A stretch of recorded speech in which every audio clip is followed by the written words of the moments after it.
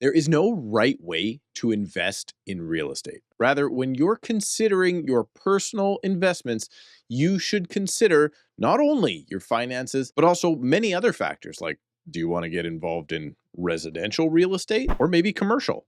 Where would you like to invest? What is your exit strategy or measure of success?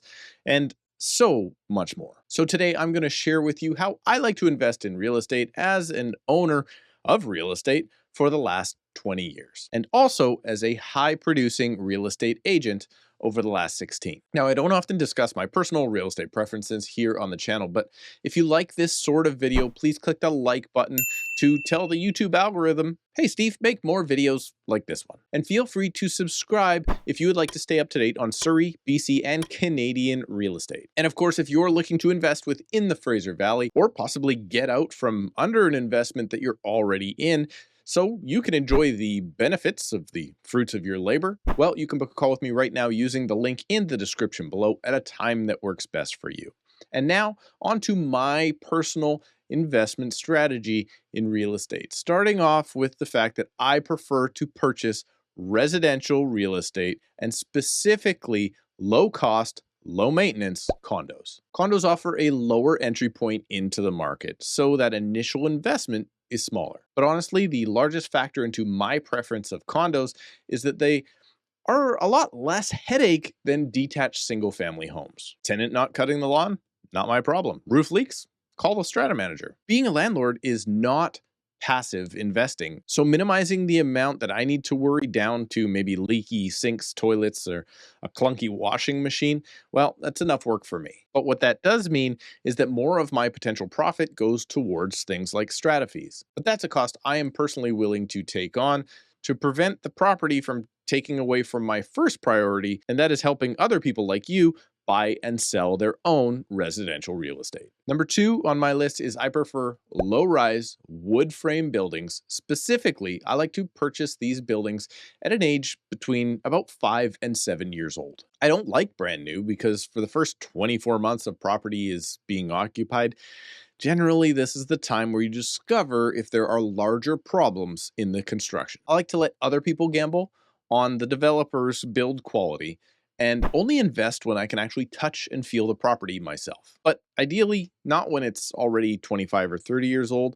because now you will see maintenance costs start to increase, and I want to hold a property for, say, 20 plus years. And ideally, I don't want to own a property that's now 45 years old. I've been there, done that, didn't love it. Low-rise also offers up some great upsides. First of all, the livability is way better. Floor plans are more favorable, there are fewer units, and for me, that means fewer troublemakers in the building. And second, right now, high-rise concrete condos all over BC are experiencing massive insurance problems, specifically with water loss claims, leading me personally back to low-rise wood frame being a better option. Third, and this one most investors will probably disagree with, is I like to avoid city centers. High-density city centers with lots of high-rise concrete construction is fine when the market is hot. But when the market cools, you'll find yourself in a sea of other listings that are exactly the same as yours. This isn't exactly great when you're trying to attract tenants, and it's even worse if you are forced to sell in a down market. If you buy a condo in an area that is too dense, your investment now becomes commoditized. I like to think of this as you're just another coffee bean in the bag, and the buyer doesn't really care which bean makes him his cup of coffee, because there are plenty of other beans just like you. And that leads me to fourth on the list. I want to attract high quality tenants, and most landlords just want the unit occupied. For example, most of my investor clients ask to look at properties that are close to transit or post-secondary so that they can attract new to Canada tenants, or for some reason the coveted foreign student. But personally, I want a high quality tenant with a long reputation of good Canadian credit. And no, I don't want them to be 3 frat boys from Surrey's Simon Fraser campus. Give me a high earning quality tenant with a long standing job and their own vehicle. They will stay longer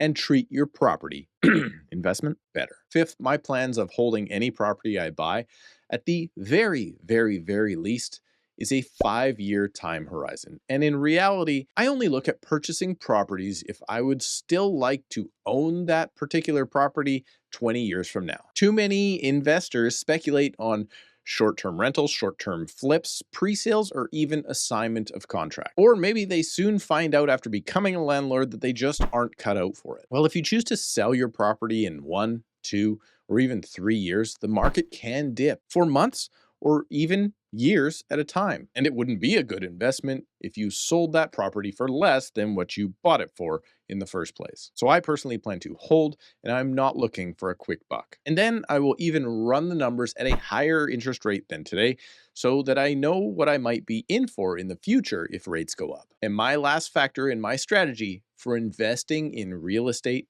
is to not overthink it. When I look to buy real estate, it's because of the overall market condition, combined with my personal situation and what I want to get out of that property in the future. The real secret to real estate investing is that sure, you could buy that property over there for $625 with property taxes of $2,500 a year and a strata maintenance fee of $500 per month that rents for $2,800. Or you could be looking at another property for $609 with property taxes of $3,000 per year, a $450 strata fee that rents for $2,650. This is way too granular for me to even bother with. Rather, I quickly run the numbers, I find out if the cash flow situation is either positive, neutral, or in a shortfall within reason. Then I focus on where I want to see that investment in 5, 10, or 20 years. And if I like the building and area enough to commit to that property for those periods of time. Buyers often get wrapped up and stuck in $1,000 this way or $2,000 that way when it comes to the overall purchase price. But for example, when I bought my last property, I wanted to pay $465,000 for that condo, but the seller was set firm on $474. I felt like maybe that was a little bit too much, but you know what? I really believe in the property and where the market was going. So I ate that $9,000 and the property broke even and now finally, thankfully, cash flows slightly. And now it's easily worth $600,000 or more. And in another 15 to 20 years, my plan is that property should ideally be another 30 to 50% higher, fully paid off and funding my retirement with its monthly rents. Or maybe I'll just give it to my kids and help them get into the market. Now, as I said, this is my personal real estate investment strategy. And if you would like to discover what the best strategy is for you, and you think my team might be the right fit to get you past the finish line, well, you can book a call with me right now using the link in the description below at a time that works best for you. Thank you so much for watching, clicking the like button, and we'll see you in a couple of days.